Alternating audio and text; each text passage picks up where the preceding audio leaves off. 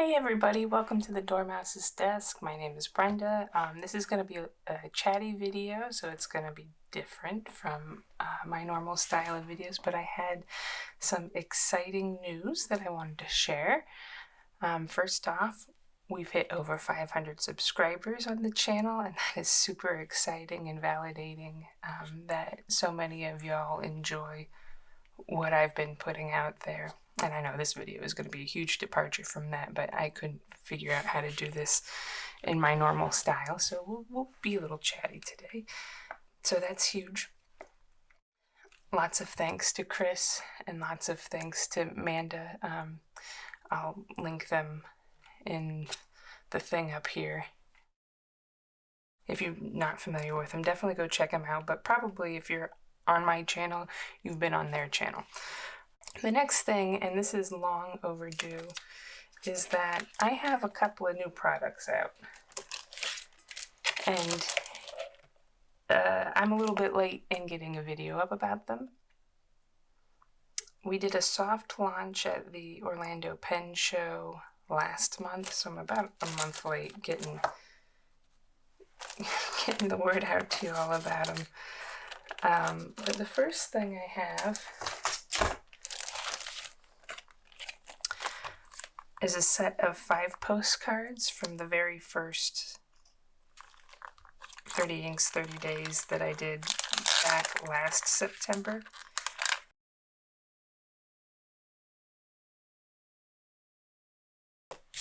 So there are 5 different cards. This was the last day.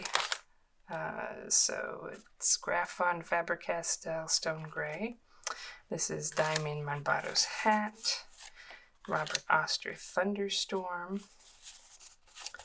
This is Colorverse Rising Reflections, which was the COVID-19 ink, and the last one is Graphon Faber-Castell Burned Orange. And then on the back, there's actually a QR code, so that the person that you send it to can zap the QR code and they can go directly to that video of my painting this piece. And each card has a QR code on it. The other thing is that these are pretty fountain pen friendly, so long as you don't smear them with your hand oils. These are all pretty broad nibs, with the exception of Jade Inferno. I used a Sailor medium nib there. But you can see there's no spread, there's no feathering. You're not going to get all of the properties that you would with, say, like Tomoe River, but they behave just fine. Colorverse Rising Reflections. I can see that it still has a little bit of the shimmer in it still. And these have been handled for about a month, so I think they're doing okay. So that's thing number 1, and it's up on my Etsy shop, and I have a link to my Etsy shop now in most all of my 30 Inks videos from last month, and going forward I will try my best to remember to add a link there. So the innovative product that I have, or the real big news, are these. These are ink sample vial labels. And I'll tell you what brought me about to developing these. This drove me crazy. If you got a label wet, like this, where you put a label down and then you even tape over it and still water manages to get under it and wash out the thing, or maybe it's something like this. This is still luckily very readable. I think I used a Pigma Micron for that one. Then you have something like this.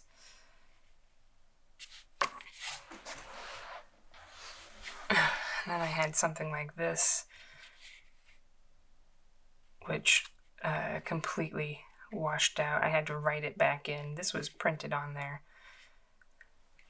So luckily I knew what it was, but these sorts of things sort of drove me crazy. But the thing that bothered me the most was peeling off the labels.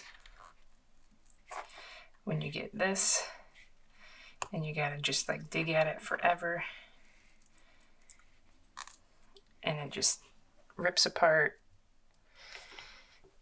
and you have to deal with the sticky residue that's left behind, and maybe you don't, and maybe cat hair gets stuck to it, and dust, and everything else. Yeah, it looks something like this, which is disgusting, and you have to take a Goo Gone to it, or just pick at it for an hour. This drives me crazy. I hate this. So I found this material. This material, which, by the way, the pack comes with 100 labels and 100 lids. So I found this. This is not paper, so it doesn't tear. It doesn't leave behind sticky residue. It sticks really well, and you can write on it with just about everything. So you'll get 5 of them. Again, this is like my tester packet. But you'll get 5 sheets of these. Each sheet has 20 of each thing on it. And I'm going to insert the video of this test.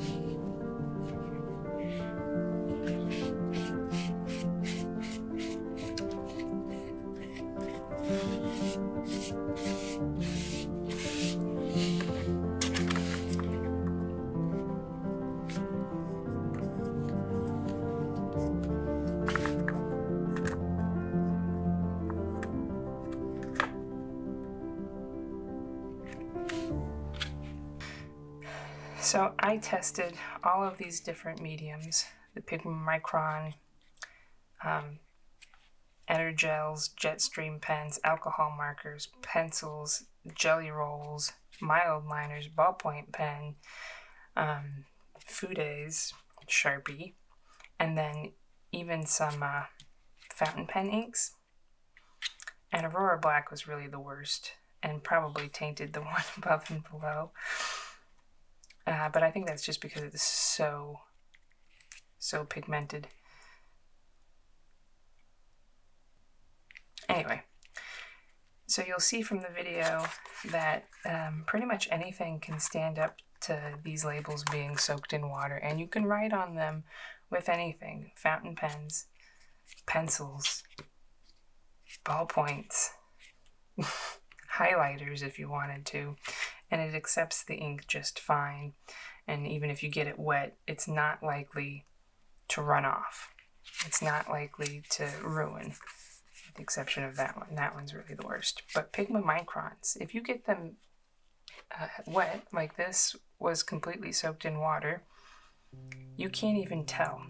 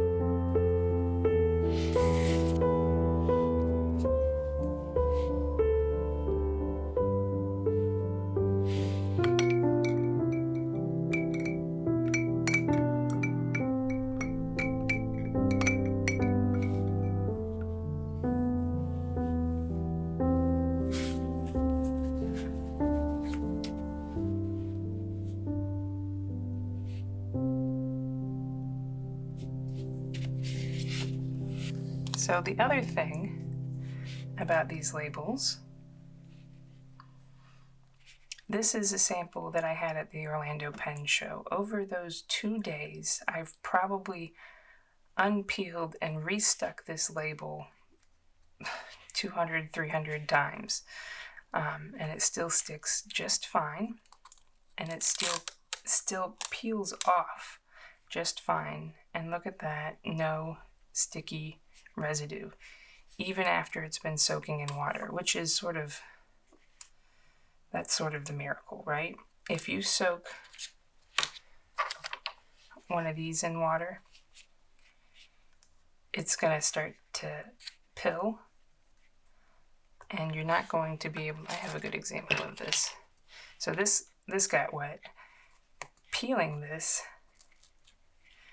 means peeling off small chunks at a time, and then you still have the sticky behind. But I really like to reuse the labels, which is sort of like the whole point.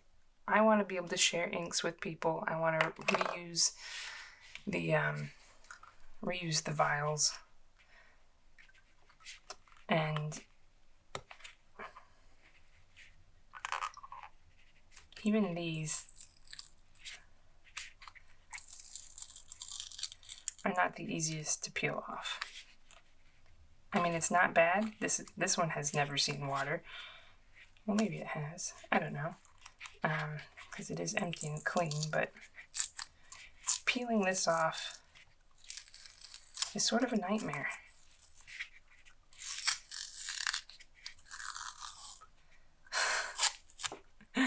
Actually, that one came out. It's pretty lucky that one came off that way.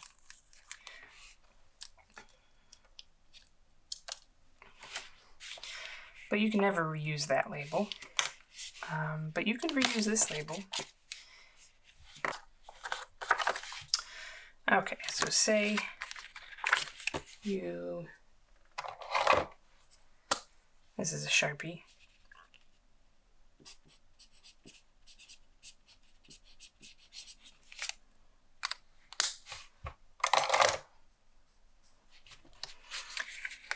Say maybe you used up what was in your vial, like you had ink in here, or whatever you want to use, right? And you decided, oh, I used this up, I want to use the vial for something else. You could, if you wanted to, take the label back off, put it back on your sheet, and use it again some other time, if you wanted to. Peel it off, stick it back on. It's good to go. Oh, I want to reuse this file for something else. And then you can stick it back on. Ad nauseum, you can do that. I've been peeling this one off and sticking it back on forever. And no sticky stuff. And no sticky stuff is super important to me. So then there's something else that I wanted to share with you. Okay. Everybody's familiar with these. We use these all the time. This is one that I have pulled out. We use these to color code tops We use these to color code the tops of our ink vials so that we can see what we're looking at top down, which for me is 100% of the time when I'm looking for an ink, that's the first thing I see. But part of the problem when paper adhesive labels get saturated is that they start to peel away. I think you can see this. The fibers start to come up off of the adhesive. Not necessarily a big deal, but if you wanted to remove those after the fact, again, you have a sticky mess. So I'm going to grab one of these inks that I have over here. Let's do writer's blood. Everybody's familiar with writer's blood. Now I just sort of want to show this. Here we go.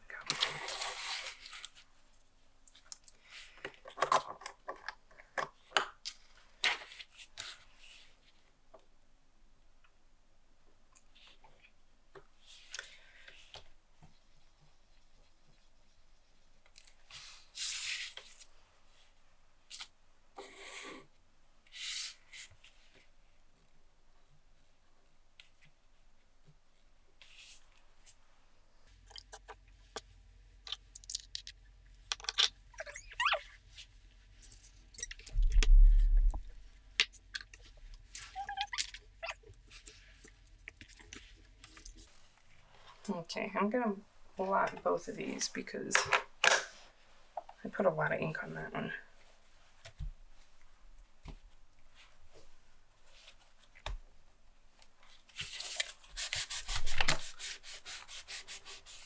Okay, so, come on, buddy.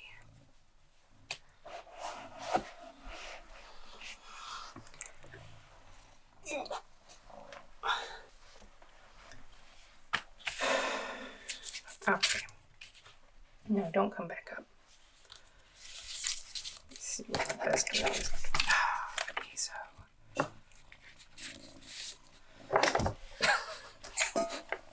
Dude. You can't be up there.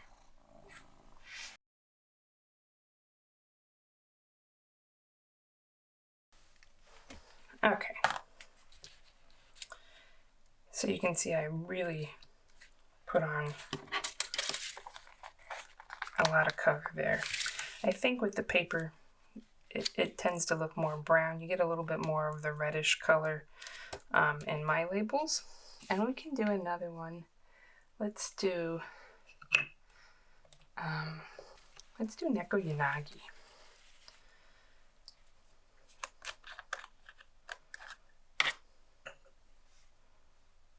Get ink all over myself. I'll put that one over here.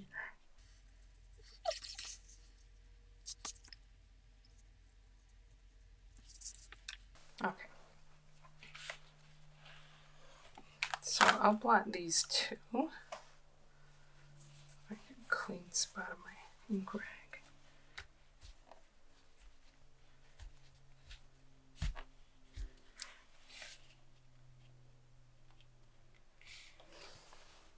So we can look at these side by side. Mine, you get a little bit more of that purple in there with the blue. There's a little bit of purple in this.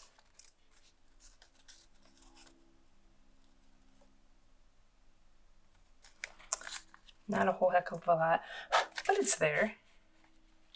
But I think you can tell easily that that might be a little bit more interesting than whatever that ink is, right?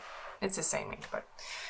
So, I like to do my dots on flat, and I like to write things out while it's flat and then apply it to the ink vial.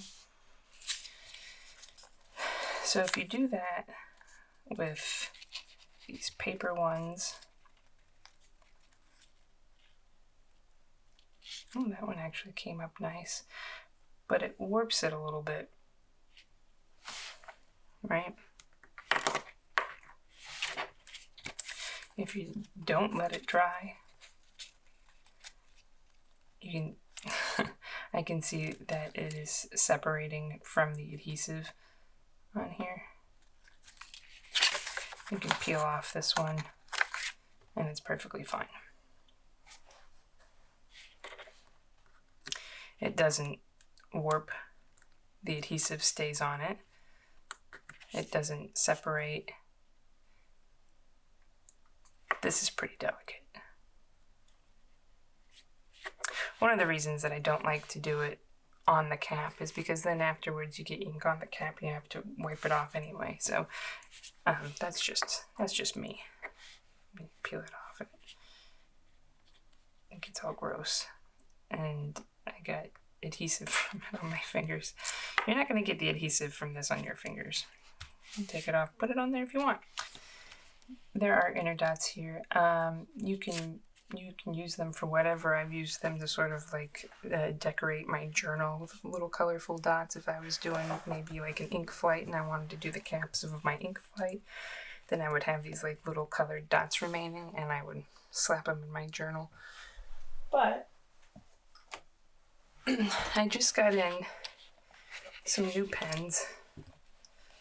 Not those, but these. These are TWSBI Go's. And I got them all identical for my, they're all identical for my ink exploration, and I just used the little dots to label the nib sizes of these because I know that they're not going to leave adhesive behind. I think they're going to be perfectly safe.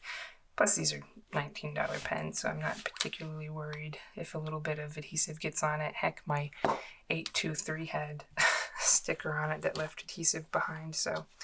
But that is certainly an option. You can use little dots for that. You could use a bigger label for something like that if you wanted to, and you would know that it would pull off of your pen perfectly fine. Here are a couple that I've done. So, particularly wet inks like writer's blood will spread out a little bit, but you can certainly use it.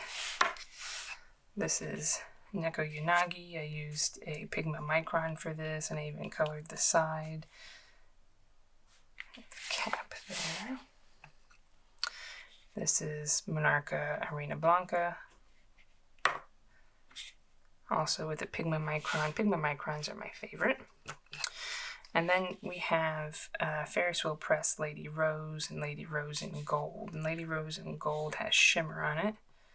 And so I don't know how well this picks up. There we go. So you can certainly still see the shimmer in your shimmer inks.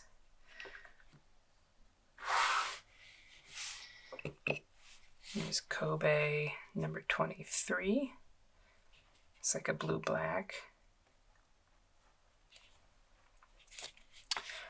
So yeah, they don't wrap all the way around. Part of the reason for that is to leave enough space. Because this is the size that I had wanted it to be. It's basically A5 size pretty much. It's at 5x7. Almost A5 size. 5x7. And to make the labels wider would have decreased the area in here, and with the kiss cuts I wasn't sure how well that would work out. So there had to be some space around the edges. But there's still plenty of room to write whatever it is that you plan on writing on here. Smaller nibs might be better if you want to do more. But you could use bold nibs if you wanted to. Oh, I remember. This was in my Lamy 2000 that has a broad stub nib in it. So I'm not surprised that I had a little bit of spread from it, because that's a broad nib to be writing. And then I had Troublemaker Petrichor here in a broad nib as well. So it handled that just fine. So it really sort of depends on the ink that you're using. There we go. That is my big news. 500 subscribers, new postcards, and these ink sample vial labels. If you have any questions, feel free to leave them down below. Like I said, my Etsy shop is up and running. I'll leave a link to that in the description. Please like, comment, and subscribe. Do all the things because it really helps me out when you give me feedback. Anyway, let me know if you have any questions about this, and I'll see you later. And thank you so much for joining me. Bye-bye.